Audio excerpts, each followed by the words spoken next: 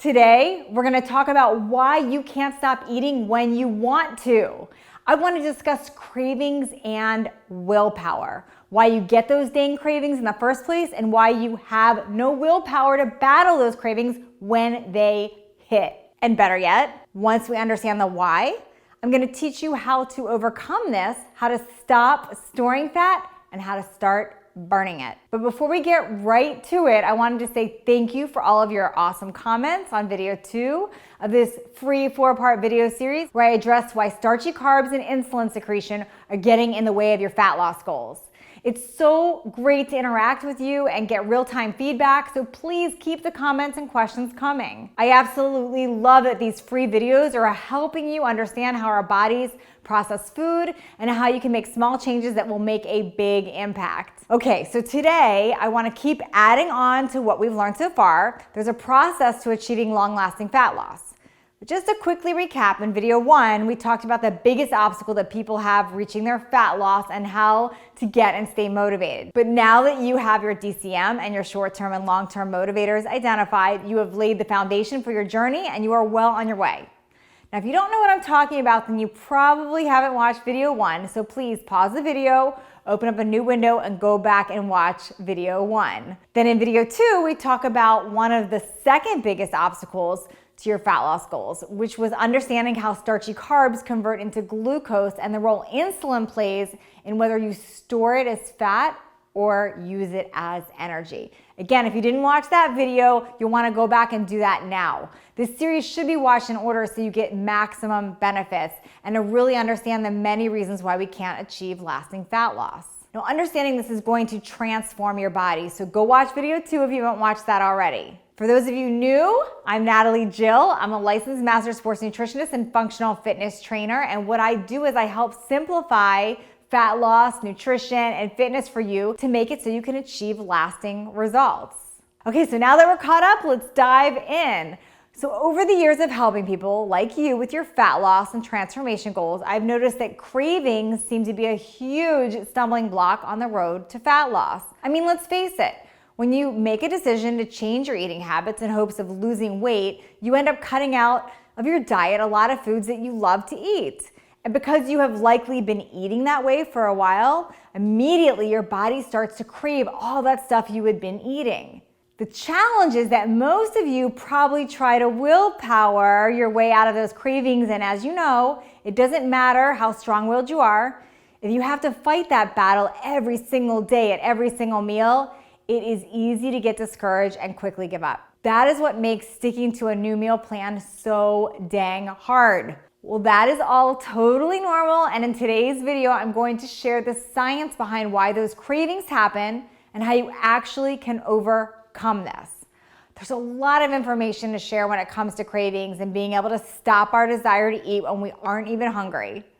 Now, just even to share with you, someone like me who knows nutrition, who studies nutrition, and who knows what I'm about to share with you, I still get triggered with things when I make slight wrong mistakes. For instance, recently I made a pie and I made it lower sugar. I made it in a healthier way. I used agave nectar in it.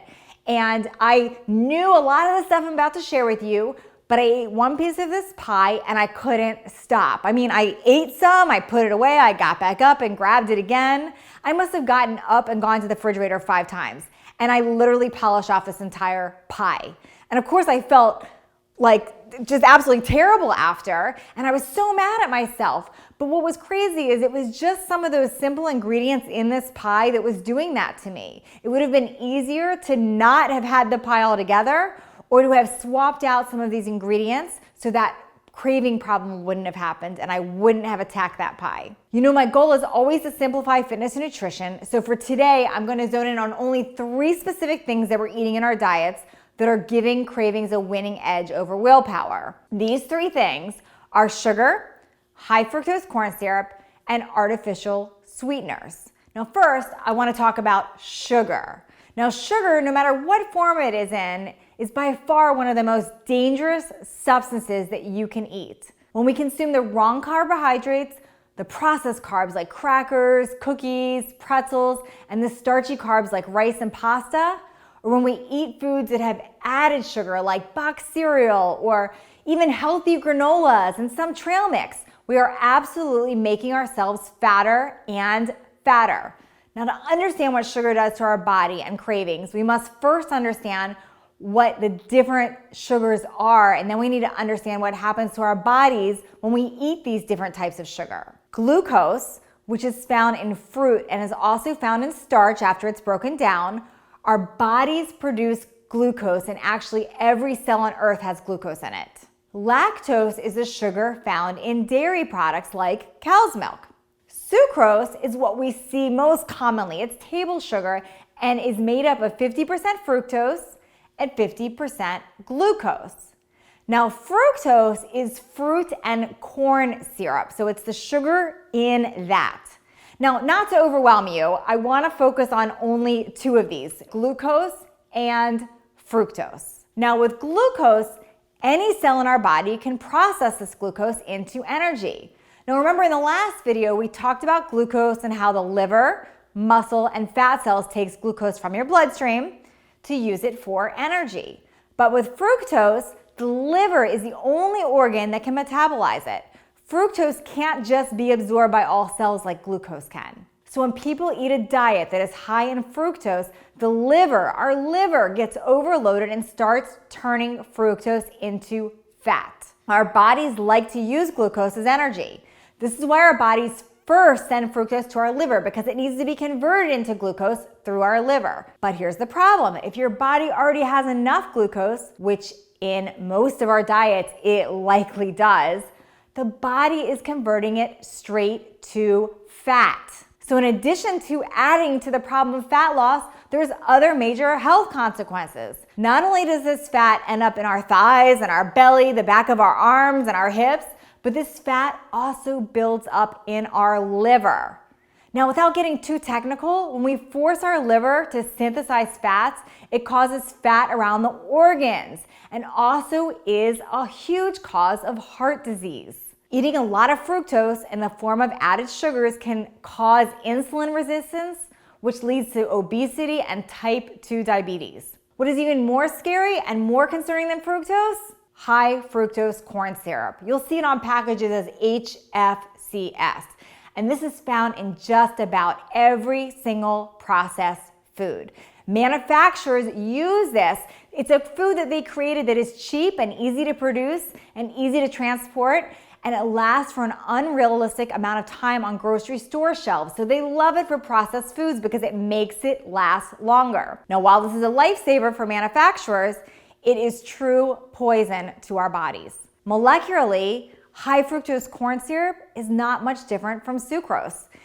HFCS is 55% fructose and 45% glucose. And that 5% though, it makes a big difference. Because it's a syrup, it metabolizes very, very quickly. So it hits our liver a lot faster than an equal amount of fruit sugar. And high fructose corn syrup directly interferes with the metabolic process of leptin secretion in our body. Why does this matter?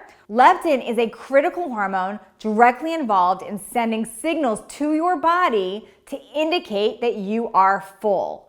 So high fructose corn syrup slows leptin secretion significantly, which leads to overeating. Are you seeing a theme here? This becomes a downward spiral. Cheap food that tastes good leads to overconsumption, which leads to increased chances for weight gain, metabolic syndrome, type 2 diabetes, high triglyceride levels, and heart disease. Yikes! Now, I know what you're thinking. Fructose is in fruit, so is fruit making me fat? Should I not be having fruit? Well, before you put your fruit down, fruit is different. Fruit in its original form is not bad for us. And the reason is fruit has a built-in mechanism, fiber. And the fiber is a big reason it's so different. And it doesn't overload our livers because it slows down the time frame which it hits our liver. Simple sugars from whole fruit actually support our health because it contains vital nutrients such as minerals, vitamins, and antioxidants.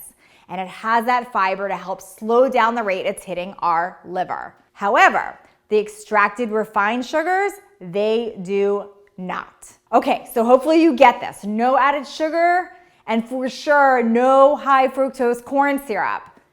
but you're saying you don't need a lot of sugar maybe. Or maybe you buy sugar-free, or you drink diet soda, or chew sugar-free gum, or maybe you're just wondering, hey, can I have these things? And if you do have them, maybe you're wondering why you still get cravings. Why is this? Well, here's what's happening when we eat artificial sweeteners. When you eat them, your body senses the sweetness of the food and expects it's going to be getting those calories. So basically, your body still craves the calories, and so you end up eating even more calories elsewhere to make up for this. Now, most artificial sweeteners, they're anywhere from 200 to 600 times sweeter than sugar. So this really starts to mess with your taste buds. Then, when you have a naturally sweet food like fruit, it no longer tastes sweet because your taste buds are so accustomed to food being so much sweeter. So an apple doesn't taste sweet anymore. Now, although the sugar substitutes have little to no calories, this is why they increase cravings. And to top it off, there are side effects from artificial sweeteners that range from bloating's a huge one, to even worse. Saccharin, for example, the original sugar substitute that has been used as a food additive since the early 1900s and is 300 to 500 times sweeter than sugar, is the most studied.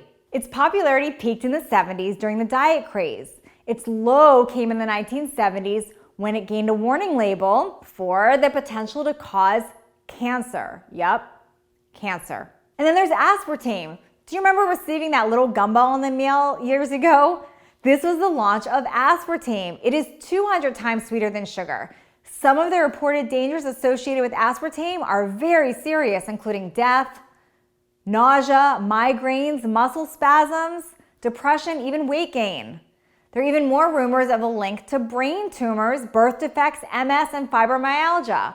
The list goes on. My own mom 10 years ago had severe migraines until she stopped her diet soda routine, which was sweetened with, guess what?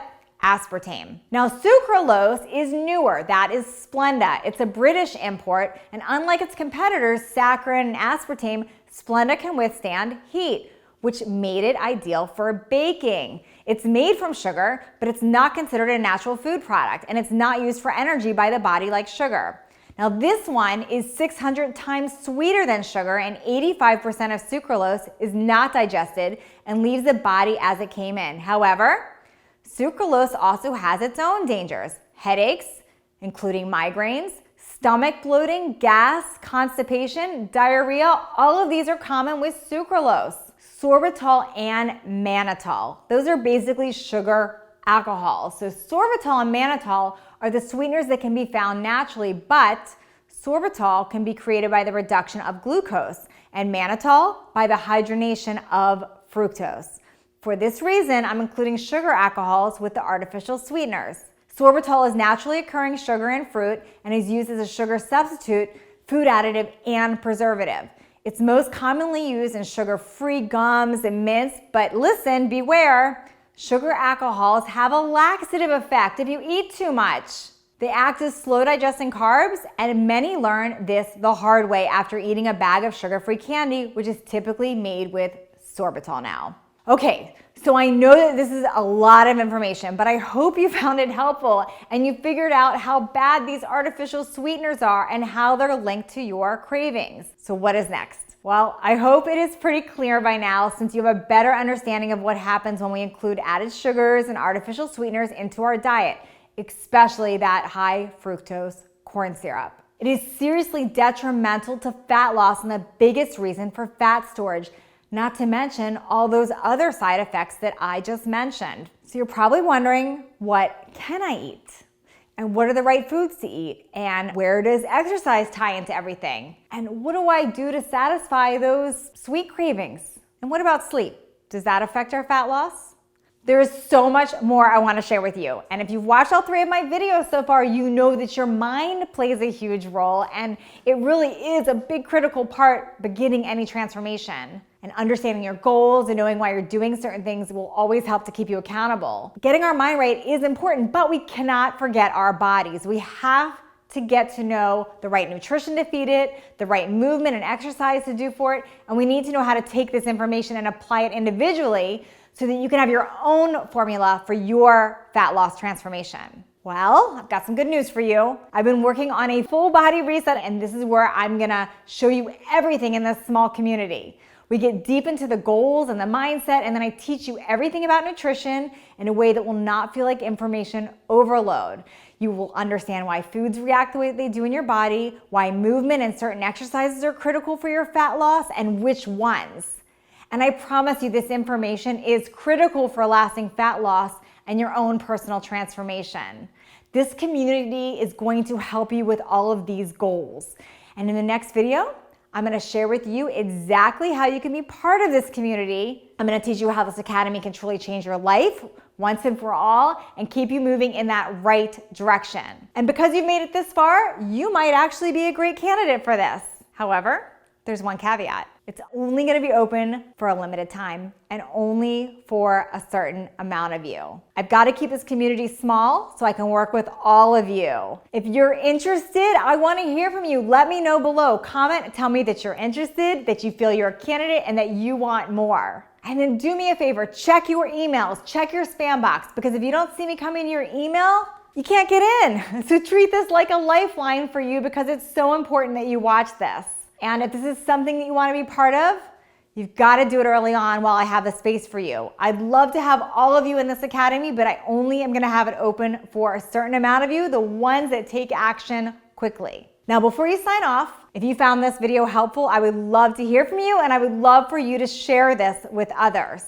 So don't forget to leave me a comment below, and I cannot wait to see you on this next video.